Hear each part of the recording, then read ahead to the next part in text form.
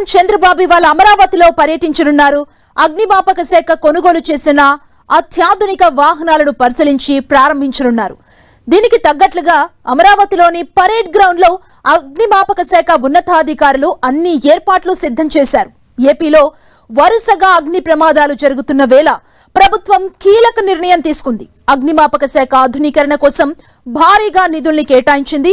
15వ ఆర్థిక సంఘం సిఫార్సుల మేరకు రాష్ట్ర ప్రభుత్వం 253 కోట్లతో అగ్నిమాపక సేవల ఆధునీకరణ చేపట్టింది. ఇందుకోసం కేంద్రం వాటా 189 కోట్లుండగా రాష్ట్ర వాటా 63 కోట్లుంది.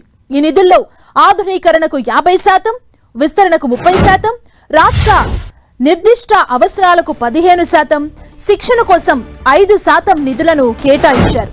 మొదట 33 కోట్ల విలువైన వాహనాలు, వివిధ పరికరాలు అందుబాటులోకి తీసుకొచ్చింది.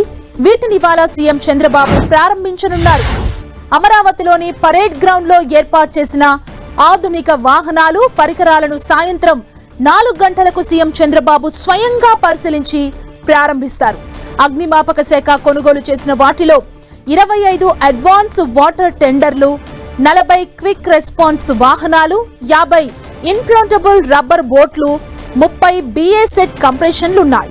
18 కోట్ల వ్యయంతో తొలి దశలో 25 అధునాతన అగ్నిమాపక శకటాలు కొనుగోలు చేశారు.